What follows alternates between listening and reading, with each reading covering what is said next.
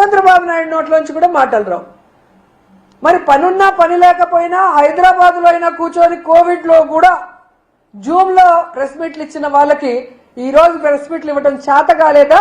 ఇస్తే బీఆర్ నాయుడు చేతిలో వాళ్ళకి పుల్ స్టాప్ పడుతుందన్న భయమని నేను అడుగుతున్నాను. ఎందుకు పవన్ కళ్యాణ్ అడుగుతున్నానంటే, లడ్డూలో కొవ్వు కలవకపోయినా, జంతు కొవ్వు, ఫిష్ ఆయిల్, పంది కొవ్వు కలకపోయినా చంద్రబాబు నాయుడు చెప్పిన అబద్ధాన్ని నిజం చేయటం కోసం తిరుపతిలో మీటింగ్ పెట్టి కాషాయ డ్రెస్ వేసుకొని ఎంత ఓవర్ యాక్షన్ చేశాడో మనం చూసాం. ఈరోజు నేను సూటిగా పవన్ కళ్యాణ్ గారిని అడుగుతున్నాను, మీరు సనాతన యోధులైతే, మీరు హిందూ ధర్మాన్ని పరిరక్షించే వాళ్ళైతే, మరి బీఆర్ నాయుడు లాంటి విలువలు లేని వ్యక్తిని ఇంకా ఎందుకు పెట్టారు? అతనితో ఎందుకు రాజీనామా చేయించలేదు అని అడుగుతున్నా. మీ పార్టీలో ఎమ్మెల్యే పదవిని అడ్డం పెట్టుకొని అసెంబ్లీలో నుంచి రాసలీలలు చేస్తాడు, అమ్మాయిని హెరాస్ చేస్తాడు, భయపెడతాడు.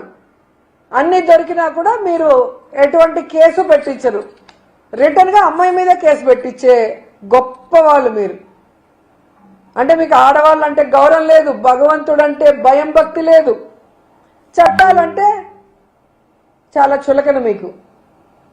లేకపోతే మీరు చేస్తున్న పనులేంటి, మీరు మాట్లాడే మాటలేంటి? అసలు బీఆర్ నాయుడుని వెంటనే తిరుమల తిరుపతి చైర్మన్ గా సస్పెండ్ చేయాలి. దీనికి బీజేపీ వాళ్ళు, హిందూ సంఘాలు, ధార్మిక సంఘాలు అన్నీ కూడా ఇలాంటి అనైతిక వ్యక్తిని కొనసాగించడం కుదరదు అని చెప్పి మాట్లాడాలని కూడా డిమాండ్ చేస్తున్నా.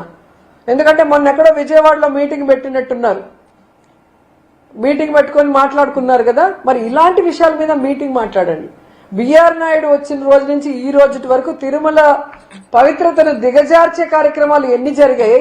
ముఖ్యంగా ఈ ఇందులేఖ గారి లెటరు, వీడియోల గురించి విచారణ జరిపించండి, డిస్కస్ చేసి దీని మీద వెంటనే యాక్షన్ తీసుకోండి. లేకపోతే హిందూ ధర్మాన్ని చూసి అందరూ కూడా నవ్వే పరిస్థితి వస్తుంది. మన దేవుణ్ణి, మన ధర్మాన్ని కాపాడుకోవాల్సిన బాధ్యత మనకుంది. ఎందుకంటే ఈరోజు చంద్రబాబు నాయుడు చెప్పేది ఏది నిజం కాదు. ఆయన ఈవీఎం వల్ల గెలిచాడు కాబట్టి ఆ ఈవీఎం విషయాలు బయటకు రాకూడదు.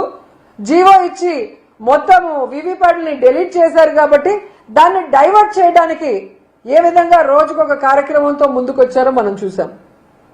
ఆ తర్వాత నీ యొక్క హెరిటేజ్ ని లాభాల బాటలో పెట్టడం కోసం ఏ విధంగా మీరు హిందాపూర్ డైరీతో ఏ విధంగా ఈరోజు అత్యధికమైన అమౌంట్ ని కోట్ చేసి వాళ్ళకి కట్టబెడుతున్నారు. ఎందుకంటే ఆ యొక్క ఇందాపూరు, హెరిటేజ్ రెండు ఒకటే. ఆ విషయం భువనేశ్వర్ గారి ఫోటోతో పాటు హెరిటేజ్ ఒక దాంట్లో వెబ్సైట్ లో పబ్లిష్ చేయడం మనం చూసాం. సో మీ అందరూ కూడా ఒకరికి ఒకరు తోడు దొంగలు. ముందర వాళ్ళు పెట్టి వెనక నుంచి నువ్వు కథ నడిపించి ఏ విధంగా భగవంతుడి కోసం భక్తులు వేసిన విరాళాలను, భగవంతుడి డబ్బుని ఏ విధంగా దోచుకుంటున్నాం అనేది ఈరోజు కళ్ళ ముందు కనిపిస్తుంది. ఎందుకంటే మీరు దేవుడితో రాజకీయం చేశారు. దేవుడి లడ్డూనే మీరు చాలా అసహ్యంగా మాట్లాడారు. అది తప్పు అని సుప్రీంకోర్టు చెప్పింది. రాజకీయాల్లో భగవంతుడిని లాగద్దండి, ఎటువంటి జంతు కొవ్వు, ఎటువంటి పంది కొవ్వు ఏవి కలవలేదు అని క్లియర్ కట్ గా చెప్పింది. చెప్పిన తర్వాత కూడా మీరు ఏ విధంగా భగవంతుడిని అవమానపరిచే విధంగా ఫ్లెక్సీలు వేసి గొడవలు చేసి డైవర్షన్ పాలిటిక్స్ చేశారో మనం చూసాం. ఈరోజు సిబిఐ వేసిన కేంద్ర ప్రభుత్వంలోని వాళ్ళు, రాష్ట్ర ప్రభుత్వం వాళ్ళు కలిపి చేసిన ఎంక్వైరీలో ఏమీ లేదని తేలితే నువ్వు మళ్ళీ ఒక కమిటీ వేసావంటే అర్థమేంటి? రెడ్ బుక్ రాజ్యాంగం